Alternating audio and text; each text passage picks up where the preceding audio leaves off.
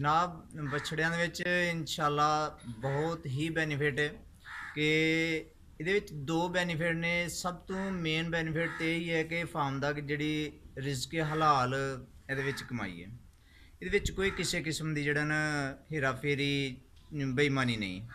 ਦੂਸਰਾ ਜਿਹੜਾ ਨਾ ਬੈਨੀਫਿਟ ਇਹ ਵੇ ਕਿ ਇਹਦੇ ਵਿੱਚ ਜਿਹੜਾ ਵਛੜਾ ਤੁਸੀਂ 60,000 ਰੁਪਏ ਦਾ ਲਿਆਂਦੇ ਹੋ ਉਹ ਚਾਰ ਤੋਂ ਤਕਰੀਬਨ 5 ਮਹੀਨੇ ਦੇ ਵਿੱਚ ਜਿਹੜਾ ਨਾ ਇਨਸ਼ਾਅੱਲਾ ਇੱਕ ਤੋਂ 1.25 ਦਾ ਸੇਲ ਹੋ ਜਾਂਦਾ, ਯਾਨੀ ਕਿ ਡਬਲ ਕਮਾਈ ਇਹਦੇ ਵਿੱਚ ਹੋ ਜਾਂਦੀ ਹੈ।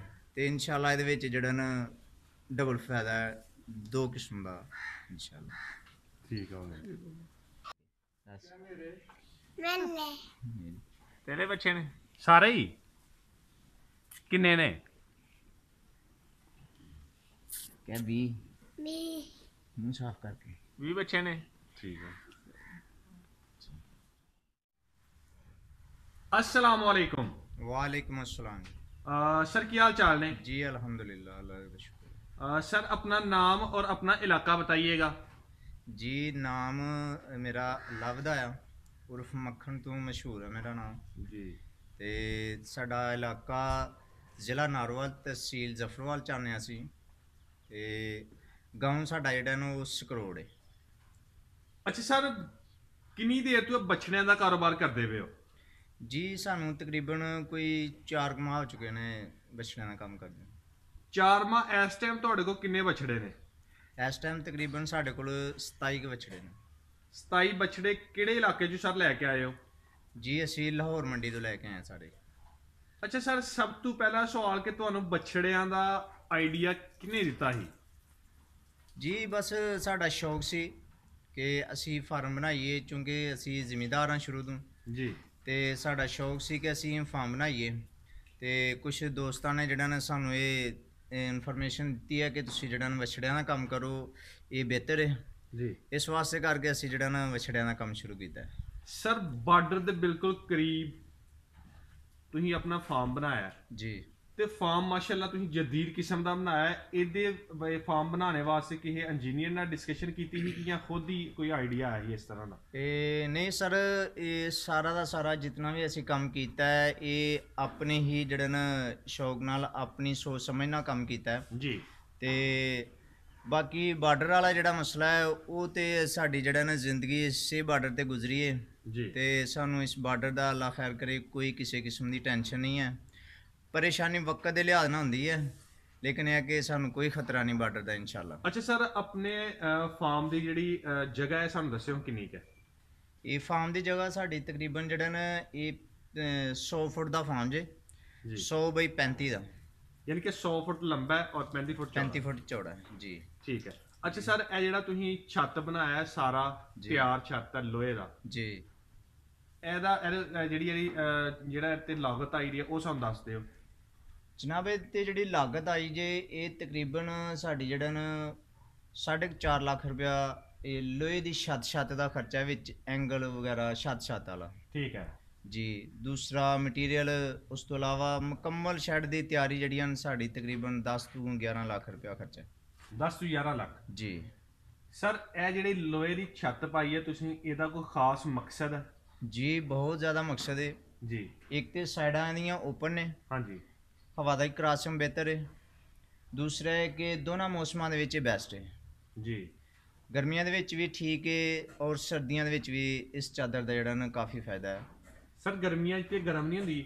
ਨਹੀਂ, ਹਵਾ ਦਾ ਕ੍ਰਾਸਿੰਗ ਹੈ ਨਾ, ਸਾਈਡਾਂ ਓਪਨ ਨੇ ਸਾਰੀਆਂ। ਹਾਂਜੀ। ਹਵਾ ਦਾ ਕ੍ਰਾਸਿੰਗ ਹੁੰਦਾ ਰਹਿੰਦਾ ਹੈ, ਸੇਕ ਨਹੀਂ ਮਾਰੇਗੀ। ਠੀਕ ਹੈ ਜੀ। ਅੱਛਾ, ਇਹਦੀ ਹਾਈਟ ਜਿਹੜੀ ਉਚਾਈ ਹੈ ਉਹ ਕਿੰਨੀ ਜੇ? ਤਕਰੀਬਨ 11 ਫੁੱਟ ਜੇ। 11 ਫੁੱਟ? ਜੀ। 11 ਫੁੱਟ ਮੁਨਾਸਬ ਹੈ ਜਾਂ ਹੋਰ ਵੀ ਕਮ ਜਾਂ ਜ਼ਿਆਦਾ ਕੀਤੀ ਜਾ ਸਕਦੀ ਨਹੀਂ ਹੈ? ਦੇਖੋ, ਜੇ ਇਸ ਤੋਂ ਜ਼ਿਆਦਾ ਹਾਈਟ ਕਰਾਂਗੇ ਤੇ ਫਿਰ ਓਪਨ ਇਲਾਕਾ ਹੈ ਨਾ, ਹਵਾ ਦਾ ਹੀ ਪ੍ਰੈਸ਼ਰ ਹੁੰਦਾ ਹੈ, ਇਸ ਵਾਸਤੇ ਕਰਕੇ ਮੁਨਾਸਿਬ ਛੱਤ ਜਿਹੜੀ ਹੈ ਨਾ ਉਹ 11 ਫੁੱਟ ਠੀਕ ਰਹਿੰਦੀ ਹੈ। ਜੀ। ਜੇ ਇਹਦੇ ਨਾਲ ਥੋੜੀ ਜਿਹੀ ਡਾਊਨ ਛੱਤ ਕਰਾਂਗੇ ਤੇ ਫਿਰ ਜਿਹੜਾ ਹੀਟ ਮਾਰੇਗੀ ਤੇ ਡੰਗਰਾਂ ਨੂੰ, ਜਾਨਵਰਾਂ ਨੂੰ ਹੀਟ ਜਿਹੜਾ ਨਾ ਉਹ ਬਰਦਾਸ਼ਤ ਨਹੀਂ ਹੋਏਗੀ। ਯਾਨੀ ਕਿ 10-11 ਫੁੱਟ ਮੁਨਾਸਬ ਹੈ? ਜੀ 11 ਫੁੱਟ ਬਹੁਤ ਹੀ ਮੁਨਾਸਿਬ ਛੱਤ ਤੇ ਇਹਦੇ ਵਿੱਚ ਜਿਹੜਾ ਨਾ ਕੋਈ ਕਿਸੇ ਕਿਸਮ ਦੀ ਪਰੇਸ਼ਾਨੀ ਨਹੀਂ ਆਉਂਦੀ। ਠੀਕ ਹੈ ਜੀ। ਅੱਛਾ ਸਰ, ਇਹ ਦੱਸਿਓ ਐਸੀ ਦੇਖਣੇ ਪਿਆ ਖੁਰਲੀ ਤੁਸੀਂ ਇਹਦੀ ਲੰਬਾਈ ਦੱਸ ਸਕਦੇ ਹੋ ਖੁਰਲੀ ਦੀ ਕਿੰਨੀ ਹੈ? ਜੀ ਖੁਰਲੀ ਦੀ ਲੰਬਾਈ ਜੇ ਤਕਰੀਬਨ 55 ਫੁੱਟ। 55 ਫੁੱਟ ਜੀ 55 ਫੁੱਟ 55 ਫੁੱਟ ਖੁਰਲੀ ਜਿਹੜੀ ਹੈ ਇਹਦੇ ਤੇ ਕਿੰਨੇ ਬਛੜੇ ਬੰਦੇ ਜਾ ਸਕਦੇ ਨੇ?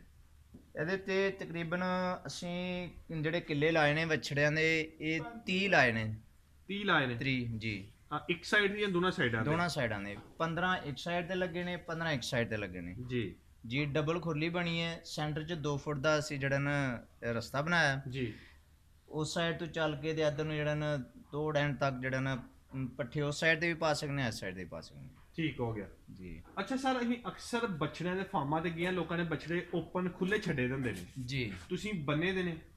ਜੀ ਫਿਲਹਾਲ ਸਾਡੇ ਵਛੜੇ ਜਿਹੜੇ ਨਾ ਇਹ ਕੁਝ ਮੁxtਲਫ ਜਗ੍ਹਾ ਤੋਂ ਖਰੀਦਦਾਰੀ ਹੋਈ ਹਨ 2 ਦਫਾ 3 ਦਫਾ ਕਿਉਂਕਿ ਇਹਨਾਂ ਦਾ ਜੇ ਇਤਫਾਕ ਆਪਸ ਚ ਸਲੂਕ ਨਹੀਂ ਹੋਇਆ ਵੀ ਜੀ ਇਸ ਵਾਸਤੇ ਕਰਕੇ ਅਸੀਂ ਕੁਝ ਦਿਨਾਂ ਤੋਂ ਬਾਅਦ ਇਹਨਾਂ ਨੂੰ ਖੋਲ ਦੇਣਾ। ਠੀਕ ਹੈ, ਯਾਨੀ ਕਿ ਹਜੇ ਇੱਕ ਦੂਸਰੇ ਨੂੰ ਤੰਗ ਕਰਦੇ ਨੇ? ਜੀ ਤੰਗ ਕਰਦੇ ਨੇ ਇਸ ਵਾਸਤੇ ਕਰਕੇ ਅਸੀਂ ਜਿਹੜਾ ਨਾ ਇਹਨਾਂ ਨੂੰ ਕਿੱਲਿਆਂ ਨਾਲ ਬੰਨਿਆ ਹੁੰਦਾ ਤੇ ਕੁਝ ਦਿਨਾਂ ਤੋਂ ਬਾਅਦ ਇਹਨਾਂ ਨੂੰ ਫਿਰ ਜਦੋਂ ਆਪਸ ਮਿਲ ਜਾਣਗੇ ਫਿਰ ਇਹਨਾਂ ਨੂੰ ਖੋਲ ਦਿਆਂਗੇ। ਅੱਛਾ ਸਰ, ਬਛੜੇ ਜਿਹੜੇ ਨੇ ਫੀ ਬੱਚਾ ਤੁਹਾਨੂੰ ਕਿੰਨੇ ਕਿੰਨੇ ਚ ਪੈ ਗਏ ਜਦੋਂ ਤੋਂ ਖਰੀਦਿਆ ਤੇ? ਜੀ ਤਕਰੀਬਨ 55 ਤੋਂ 62 ਦੀ ਕਾਸਟ ਦੇ ਵਿੱਚ ਪਿਆ। ਯਾਨੀ ਕਿ ਜਿਹੜਾ ਮਿਨੀਮਮ ਹੈ 55 ਤੇ ਜਿਹੜਾ ਮੈਕਸਿਮਮ ਹੈ 62। ਠੀਕ ਹੈ ਜੀ। ਅੱਛਾ, ਵਜ਼ਨ ਜਿਹੜਾ ਸਭ ਤੋਂ ਥੋੜਾ ਸੀ ਉਹਦਾ ਕਿੰਨਾ ਸੀ, ਜਿਹੜਾ ਸਭ ਤੋਂ ਜ਼ਿਆਦਾ ਸੀ ਉਹਦਾ ਵਜ਼ਨ ਕਿੰਨਾ ਗਈ ਤੇ ਉਮਰ ਕਿੰਨੀ ਗਈ? ਜਿਹਦਾ ਲੋ ਵਜ਼ਨ ਹੈ ਉਹਦਾ ਤਕਰੀਬਨ 2 ਤੋਂ 2.5 ਮਣ ਸੀ ਜੀ ਤੇ ਜਿਹਦਾ ਹਾਈ ਵਜ਼ਨ ਹੈ ਉਹਦਾ 3.5 3.5 ਮਣ ਸੀ। ਠੀਕ ਹੈ। ਜੀ। ਅੱਛਾ ਸਰ, ਬੱਚਿਆਂ ਦਾ ਜਿਹੜਾ ਤੁਸੀਂ ਪ੍ਰੋਗਰਾਮ ਕੀਤਾ ਹੈ, ਕਿੰਨੇ ਮਹੀਨਿਆਂ ਦਾ ਕੀਤਾ ਹੈ, ਕਿੰਨੇ ਮਹੀਨਿਆਂ ਤੱਕ ਕੋਲ ਰੱਖ ਰਹੇ ਨੇ? ਜੀ ਸਾਡਾ ਇਹ ਤਕਰੀਬਨ 6 ਮਹੀਨੇ ਦਾ ਕੋਰਸ ਬਣ ਜਾਣਾ ਹਾਂਜੀ। ਤੇ ਇਨਸ਼ਾਅੱਲਾ ਈਦ ਤੱਕ ਜਿਹੜੇ ਨੂੰ ਮੁਕੰਮਲ ਤਿਆਰੀ ਹੋਏਗੀ ਬੱਚਿਆਂ ਵੱਡੀ ਦੀ। ਈਦ ਤੱਕ? ਜੀ ਵੱਡੀ ਈਦ ਤੱਕ। ਉਸ ਤੋਂ ਪਹਿਲੇ ਸੇਲ ਨਹੀਂ ਕਰਨੇ? ਨਹੀਂ ਉਸ ਤੋਂ ਪਹਿਲੇ ਅਸੀਂ ਸੇਲ ਨਹੀਂ ਕਰਨੇ। ਅੱਛਾ ਸਰ, ਇਹਨਾਂ ਦੀ ਖੁਰਾਕ ਦੀ ਕੀ ਰੂਟੀਨ ਜੇ ਸਾਨੂੰ ਉਹ ਦੱਸ ਦਿਓ ਕਿ ਇਹਨਾਂ ਦੀ ਖੁਰਾਕ ਬਿਹਤਰੀਨ ਕਿਹੜੀ ਹੈ ਔਰ ਕਿਹੜੀ ਇਹਨਾਂ ਨੂੰ ਦਿੰਦੇ ਪਏ ਹੋ? ਖੁਰਾਕ ਤੇ ਅਸੀਂ ਜਿਹੜਾ ਨਾ ਫਿਲਹਾਲ ਜਵਾ ਵਗੈਰਾ ਹਾਂਜੀ ਹਰਾ ਉਹ ਇਸਤੇਮਾਲ ਕਰ ਰਹੇ ਹਾਂ, ਨਾਲ ਤੂੜੀ ਵੰਡਾ ਇਸਤੇਮਾਲ ਕਰ ਰਹੇ ਹਾਂ ਜੀ। ਤੇ ਉਸ ਤੋਂ ਇਲਾਵਾ ਜਿਹੜਾ ਨਾ ਪਰਾਲੀ ਵਾਲੇ ਤੇ ਮੌਸਮ ਚੋਂ ਹੁਣ ਨਹੀਂ ਹੈ, ਪਹਿਲੇ ਦਿਨਾਂ 'ਚ ਕੁਝ ਦਿਨ ਇਸਤੇਮਾਲ ਹੋਈ ਹੈ। ਹਾਂਜੀ। ਇਸ ਟਾਈਮ ਤੂੜੀ ਤੇ ਸਟਾਲਾ ਵਗੈਰਾ ਇਸਤੇਮਾਲ ਕਰ ਰਹੇ ਹਾਂ। ਸਰ ਇਹ ਦੱਸੋ ਕਿ 4 ਮਹੀਨੇ ਹੋ ਗਏ ਤੁਹਾਨੂੰ ਰੱਖੇ ਦੇ ਬੱਛੜੇ ਤੇ 4 ਮਹੀਨਿਆਂ ਦੇ ਵਿੱਚ ਬੱਚਿਆਂ ਨੇ ਆਪਣਾ ਗੋਸ਼ਤ ਕਿੰਨਾ ਕਿੰਨਾ ਵਧਾਇਆ? ਉਹ ਜਨਾਬ ਅਸੀਂ ਕੰਡੇ ਦੇ ਤੇ ਚੈੱਕ ਨਹੀਂ ਕੀਤੇ, ਵੈਸੇ ਜਿਹੜਾ ਨਾ ਬੜੋਤਰੀ ਅੱਛੀ ਆਈ ਹੈ ਬੱਚਿਆਂ ਦੇ ਵਿੱਚ, ਹਾਂਜੀ। ਬਿਹਤਰ ਰਿਜ਼ਲਟ ਮਿਲ ਰਿਹਾ ਤੇ ਇਨਸ਼ਾਅੱਲਾ ਜਿਹੜਾ ਨਾ ਅੱਲਾਹ ਪਾਕ ਇਸ ਤੋਂ ਬਾਅਦ ਵੀ ਬਿਹਤਰੀ ਕਰੇਗਾ ਇਨਸ਼ਾਅੱਲਾ ਜੀ। ਅੱਛਾ ਸਰ, ਇਹ ਜਿਹੜੇ ਬੱਚੇ ਨੇ ਇਹਨਾਂ ਵਾਸਤੇ ਕਿੰਨੇ ਬੰਦੇ ਤੁਸੀਂ ਰੱਖੇ ਨੇ, ਕਿੰਨੇ ਬੰਦੇ ਇਹਨਾਂ ਨੂੰ ਮੈਨੇਜ ਕਰ ਰਹੇ ਨੇ? ਫਿਲਹਾਲ ਅਸੀਂ ਜਿਹੜਾ ਨਾ 2 ਹੀ ਆਦਮੀ ਆ ਇੱਥੇ ਜੀ ਜੀ, ਨਾਲ ਥੋੜਾ ਜਿਹਾ ਜਿਹੜਾ ਨਾ ਆਪ ਹੀ ਨਾਲ ਮਿਹਨਤ ਕਰਵਾ ਲਈ ਦਾ ਕਰ ਲਈ ਦੀ ਹੈ ਠੀਕ ਹੈ ਜੀ। 2 ਬੰਦੇ ਰੱਖੇ ਨੇ ਅਸੀਂ। ਸਰ ਫਾਰਮ ਦੀ ਸਫਾਈ ਸੁਥਰਾਈ ਦਾ ਕੀ ਸ਼ਡਿਊਲ ਰੱਖਿਆ, ਕਿੰਨੇ ਦਿਨਾਂ ਬਾਅਦ ਕਰਦੇ ਨਹੀਂ ਬਿਲਾ ਨਾਗਾ ਜਨਾਬ, ਰੋਜ਼ਾਨਾ ਸਫਾਈ ਕਰੀ ਦੀ ਰੋਜ਼ਾਨਾ ਜੀ। ਤੇ ਬੱਚਿਆਂ ਦੀ ਵੈਕਸੀਨੇਸ਼ਨ ਜਿਹੜੀ ਆ ਉਹ ਕਿੰਨੇ ਦਿਨਾਂ ਬਾਅਦ ਕਰ ਹੋ ਰਹੀ ਹੈ? ਜੀ ਉਹ ਤਕਰੀਬਨ 15 ਤੋਂ 20 ਦਿਨ ਬਾਅਦ ਜਿਹੜਾ ਨਾ ਡਾਕਟਰ ਬੁਲਾਉਂਦੇ ਆ ਹਾਂਜੀ। ਤੇ ਡਾਕਟਰ ਆ ਕੇ ਤੇ ਸਾਨੂੰ ਮੈਡੀਸਨ ਵਗੈਰਾ ਕੋਈ ਇੰਜੈਕਸ਼ਨ ਵਗੈਰਾ ਉਹ ਦੇ ਜਾਂਦੇ ਨੇ, ਲਾ ਵੀ ਜਾਂਦੇ ਨੇ ਤੇ ਉਹਦੇ ਬਾਰੇ ਚ ਵੀ ਅਸੀਂ ਜਿਹੜਾ ਨਾ ਮੁਤਮਿਨ ਹਾਂ ਇਨਸ਼ਾਅੱਲਾ। ਠੀਕ ਹੈ। ਇਹਨਾਂ ਦੀ ਜਿਹੜੀ ਨਸਲ ਹੈ ਬੱਚਿਆਂ ਦੀ ਉਹ ਕਿਹੜੀ ਜੇ? ਸਾਡੇ ਕੋਲ ਤਕਰੀਬਨ ਜ਼ਿਆਦਾ ਬੱਚੇ ਜਿਹੜੇ ਨੇ ਉਹ ਸਾਹੀਵਾਲ ਨਸਲ ਜੇ ਜੀ ਤੇ ਕੁਝ ਚੰਦ ਬੱਚੇ ਨੇ ਜਿਹੜੇ ਉਹ ਕ੍ਰਾਸ ਵਗੈਰਾ ਨੇ ਦੇਸੀ ਠੀਕ ਹੈ ਜੀ। ਸਰ ਗਰੋਥ ਦੇ ਹਵਾਲੇ ਨਾਲ ਕਿਹੜੀ ਨਸਲ ਤੁਹਾਡੇ ਮੁਤਾਬਿਕ ਅੱਛੀ ਹੈ? ਸਾਹੀਵਾਲ ਬੱਚੜਾ ਜਿਹੜਾ ਨਾ ਉਹ ਬਿਹਤਰ ਹੈ, ਹਾਂਜੀ। ਉਹਦੀ ਗਰੋਥ ਜਿਹੜਾ ਨਾ ਬਿਹਤਰ ਹੈ, ਉਹ ਬੜੋਤਰੀ ਦੇ ਵਿੱਚ ਵੀ ਉਹ ਖੁਰਾਕ ਖਾਏ ਤੇ ਉਹ ਬਿਹਤਰ ਰਿਜ਼ਲਟ ਦਿੰਦਾ।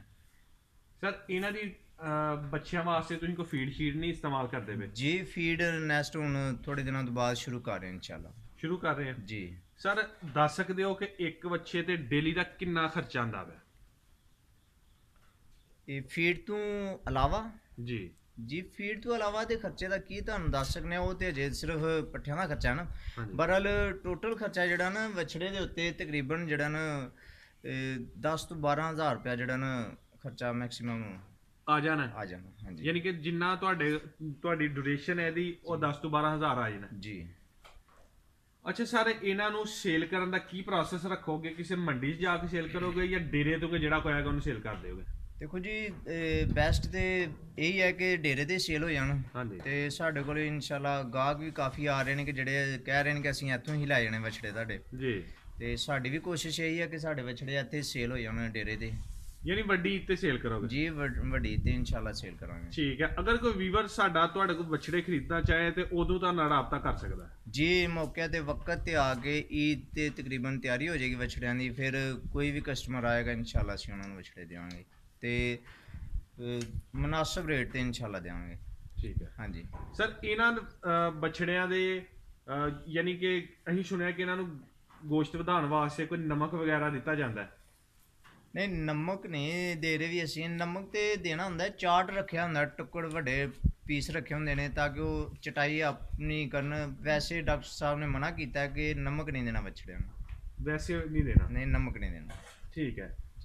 ਅੱਛਾ ਸਰ, ਇਹਨੇ ਜਿਹੜੇ ਵੱਛੜੇ ਨੇ ਹਾਂਜੀ ਇਸ ਫਾਰਮ ਦੇ ਵਿੱਚ ਆਸਾਨੀ ਨਾਲ ਰੱਖੇ ਜਾ ਸਕਦੇ ਨੇ ਕਿ ਜਾਂ ਇਸ ਫਾਰਮ 'ਚ ਹੋਰ ਵੀ ਬੱਚੇ ਰੱਖੇ ਜਾ ਸਕਦੇ ਨੇ? ਨਹੀਂ ਹੋਰ ਵੀ ਵੱਛੜੇ ਆ ਸਕਦੇ ਨੇ, ਹਾਂਜੀ। ਤਕਰੀਬਨ 15 ਤੋਂ 20 ਵੱਛੜੇ ਹੋਰ ਵੀ ਲੱਗ ਸਕਦੇ ਨੇ ਇੱਥੇ। 15 ਤੋਂ 20 ਵੱਛੜੇ? ਹਾਂਜੀ। ਫਾਰਮ ਦੀ ਜਿਹੜੀ ਹਦੂਦ ਹੈ ਜਿਹਦੇ ਵਿੱਚ ਅਸੀਂ ਖੁਰਲੀ ਬਣਾਈ ਹੈ, ਇਹਦੀ ਪਮੈਸ਼ ਤਕਰੀਬਨ 35 ਤੋਂ 70 ਫੁੱਟ ਹੈ।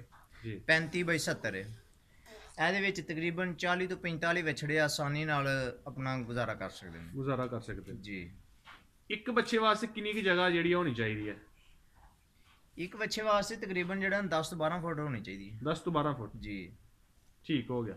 ਠੀਕ ਹੈ ਸਰ, ਬਹੁਤ ਸ਼ੁਕਰੀਆ, ਤੁਸੀਂ ਆਪਣਾ ਕੀਮਤੀ ਵਕਤ ਦਿੱਤਾ। ਅੱਲਾ ਹਾਫਿਜ਼। ਜੀ ਅਲਹਮਦੁਲਿਲਾ।